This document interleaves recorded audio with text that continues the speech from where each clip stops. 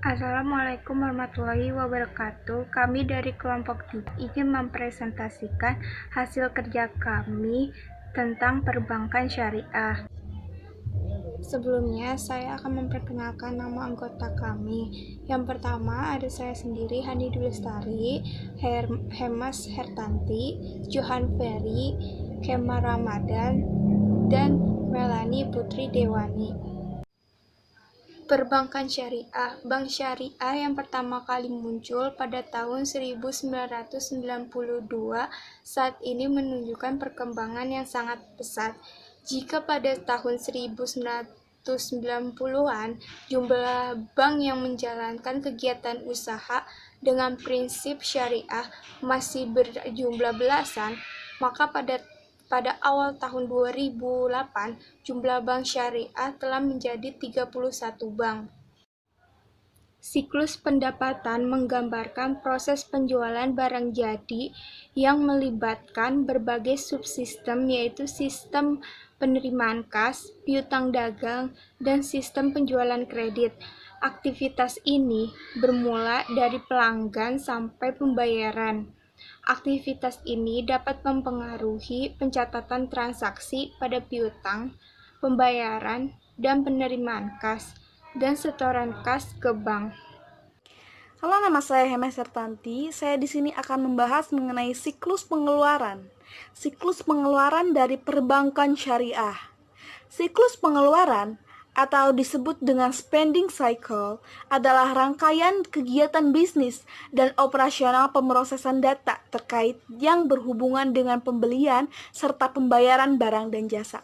Siklus pengeluaran melibatkan beberapa aktivitas yang berhubungan dengan pembelian bahan mentah, persediaan barang-barang, dan jasa. Kegiatan ini termasuk mengidentifikasi dan mendokumentasikan semua pengeluaran uang, menyiapkan order pembelian dan menerima kiriman barang, dan mencetak persediaan.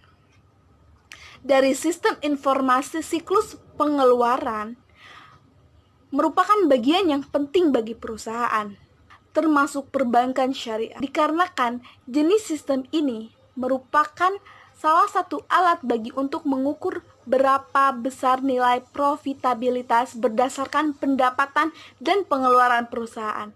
Selain itu, dengan pemanfaatan sistem informasi pada siklus pengeluaran, perusahaan dapat mengukur pula kesesuaian perencanaan perusahaan, khususnya terkait dengan aktivitas operasional perusahaan.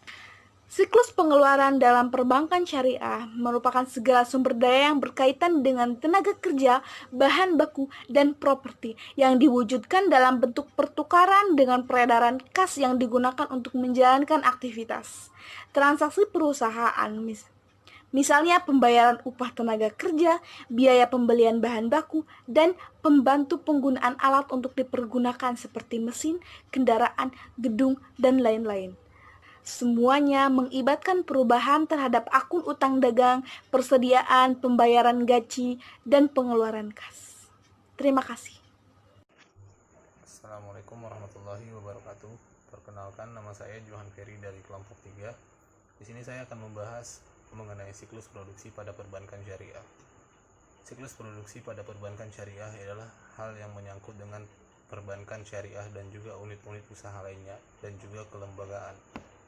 Pada perbankan syariah sangatlah berbeda dengan bank konvensional, baik dari segi harga maupun dari segi produk.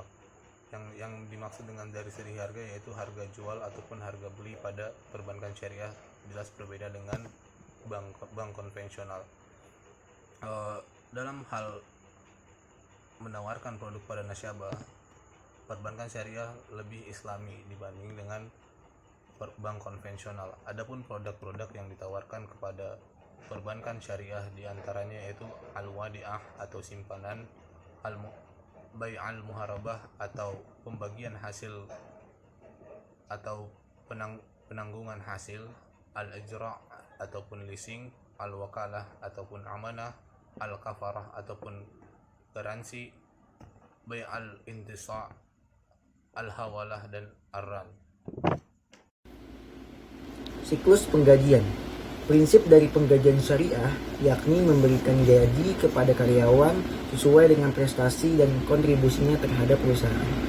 Gaji karyawan bisa naik ataupun turun sesuai dengan laba yang diperoleh oleh perusahaan.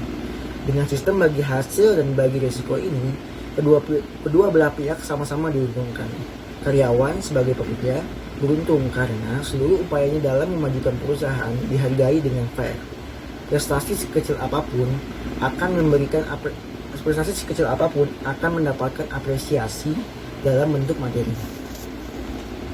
Bagi perusahaan, penggajian syariah juga menguntungkan karena dengan sistem ini mampu merubah status biaya gaji fixed cost menjadi variable cost.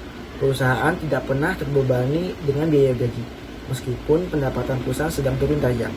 Bukan hanya itu, dengan sistem penggajian syariah memungkinkan menggali potensi karyawan lebih dalam lagi ketimbang dengan sistem penggajian konvensional. Dikarenakan karyawan dapat menghasilkan pendapatan lebih besar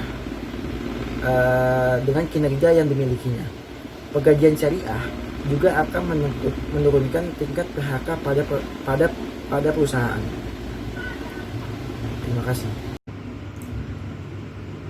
Halo, perkenalkan nama saya Melani Putri Dewani. Saya akan menjelaskan sedikit mengenai alur atau proses siklus kas masuk dan keluar dalam perbankan syariah. Pertama-tama itu adalah sumber dana. Nah, dana yang masuk atau kas masuk itu berasal dari sumber dana yang juga berasal dari para investor yang ingin menyalurkan dananya untuk dikelola oleh pengelola dana. Sedang pengelola dana ini adalah bank syariah. Nah, setelah diberikan oleh investor dana tersebut, maka akan dikelola oleh pengelola dana, yaitu bank syariah, dengan berbagai prinsip yang mereka jalankan, yaitu prinsip bagi hasil, prinsip upah, prinsip jual beli, atau prinsip-prinsip lainnya. Nah, dari hasil pengelolaan dana tersebut, maka bank syariah akan mendapatkan pendapatan operasi utama yang berupa bagi hasil, laba, pendapatan neto ijarah, keuntungan jual beli, atau lainnya. Dan pendapatan operasi utama itu akan kembali lagi kepada investor. Jadi investor dikelola oleh pengelola dana atau bank, lalu akan adanya pendapatan, lalu kembali lagi kepada investor. Nah, itu adalah siklus kas masuk sampai kas keluar dari perbankan syariah sendiri. Nah, lalu setelah adanya pendapatan, apa yang akan dilakukan pihak bank syariah? Tentu mereka akan melakukan laporan keuangan. Pada dasarnya, laporan keuangan perusahaan dengan laporan keuangan bank syariah itu tidaklah berbeda sebenarnya. Bank memperlihatkan gambaran posisi keuangan suatu bank, laporan laba rugi memperlihatkan kegiatan atau operasional suatu bank selama satu periode. Walaupun tidak berbeda jauh, pasti tetap akan ada perbedaan. Yang berbeda adalah bank diwajibkan menyertakan laporan komitmen dan kontingensi, yaitu memberikan gambaran baik yang bersifat tagihan maupun kewajiban pada tanggal laporan. Mungkin itu saja yang bisa saya sampaikan. Mohon maaf jika ada yang salah dan terima kasih.